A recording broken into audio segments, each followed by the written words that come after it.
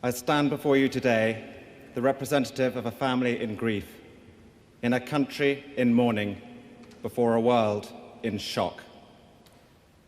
We are all united, not only in our desire to pay our respects to Diana, but rather in our need to do so. For such was her extraordinary appeal that the tens of millions of people taking part in this service all over the world, via television and radio, who never actually met her, feel that they too lost someone close to them in the early hours of Sunday morning. It is a more remarkable tribute to Diana than I can ever hope to offer her today. Diana was the very essence of compassion, of duty, of style, of beauty. All over the world, she was a symbol of selfless humanity, a standard-bearer for the rights of the truly downtrodden, a very British girl who transcended nationality, someone with a natural nobility who was classless, and who proved in the last year that she needed no royal title to continue to generate her particular brand of magic.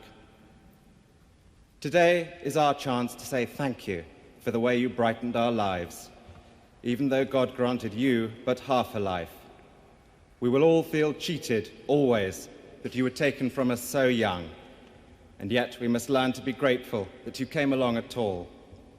Only now you are gone do we truly appreciate what we are now without, and we want you to know that life without you is very, very difficult. We have all despaired at our loss over the past week, and only the strength of the message you gave us through your years of giving has afforded us the strength to move forward. There is a temptation to rush to canonize your memory. There is no need to do so. You stand tall enough as a human being of unique qualities, not to need to be seen as a saint. Indeed, to sanctify your memory would be to miss out on the very core of your being, your wonderfully mischievous sense of humor with a laugh that bent you double, your joy for life transmitted wherever you took your smile and the sparkle in those unforgettable eyes, your boundless energy which you could barely contain. But your greatest gift was your intuition, and it was a gift you used wisely. This is what underpinned all your other wonderful attributes.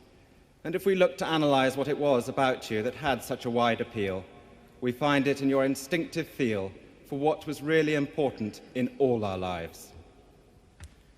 Without your God-given sensitivity, we would be immersed in greater ignorance at the anguish of AIDS and HIV sufferers, the plight of the homeless, the isolation of lepers, the random destruction of landmines. Diana explained to me once that it was her innermost feelings of suffering that made it possible for her to connect with her constituency of the rejected. And here we come to another truth about her. For all the status, the glamour, the applause, Diana remained throughout a very insecure person at heart, almost childlike in her desire to do good for others so she could release herself from deep feelings of unworthiness, of which her eating disorders were merely a symptom. The world sensed this part of her character and cherished her for her vulnerability, whilst admiring her for her honesty. The last time I saw Diana was on July the 1st, her birthday, in London, when typically she was not taking time to celebrate her special day with friends, but was guest of honor at a fundraising charity evening. She sparkled, of course, but I would rather cherish the days I spent with her in March, when she came to visit me and my children in our home in South Africa. I am proud of the fact that, apart from when she was on public display meeting President Mandela, we managed to contrive to stop the ever-present paparazzi from getting a single picture of her. That meant a lot to her. These were days I will always treasure. It was as if we had been transported back to our childhood, when we spent such an enormous amount of time together, the two youngest in the family.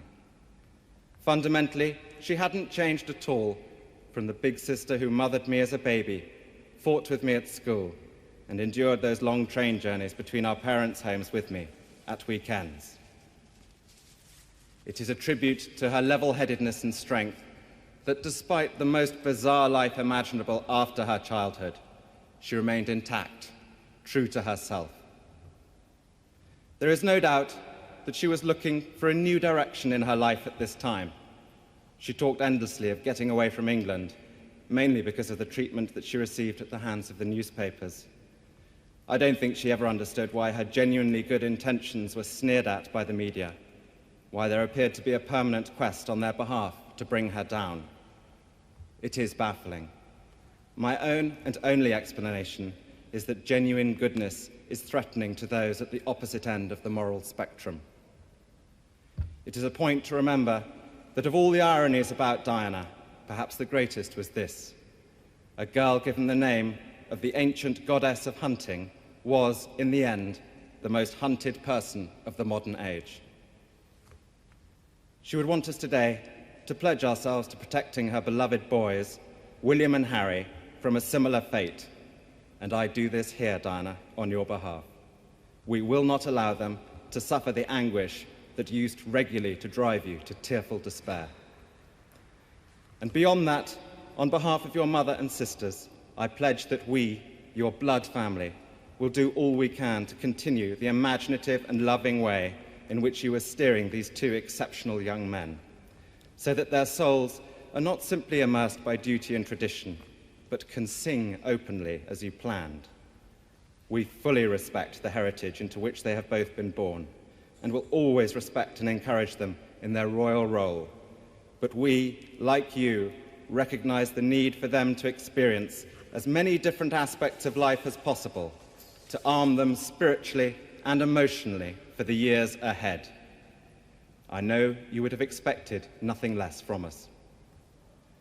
William and Harry, we all care desperately for you today. We're all chewed up with sadness at the loss of a woman who wasn't even our mother. How great your suffering is, we cannot even imagine. I would like to end by thanking God for the small mercies he's shown us at this dreadful time, for taking Diana at her most beautiful and radiant, and when she had joy in her private life. Above all, we give thanks for the life of a woman I'm so proud to be able to call my sister, the unique, the complex, the extraordinary and irreplaceable Diana, whose beauty, both internal and external, will never be extinguished from our minds.